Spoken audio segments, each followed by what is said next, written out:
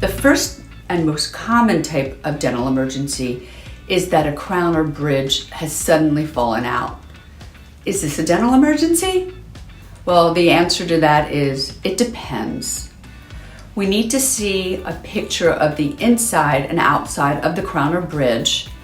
And what we're going to be checking for is to see if there's a post, which looks like a sharp piece of metal attached inside of the crown or the bridge.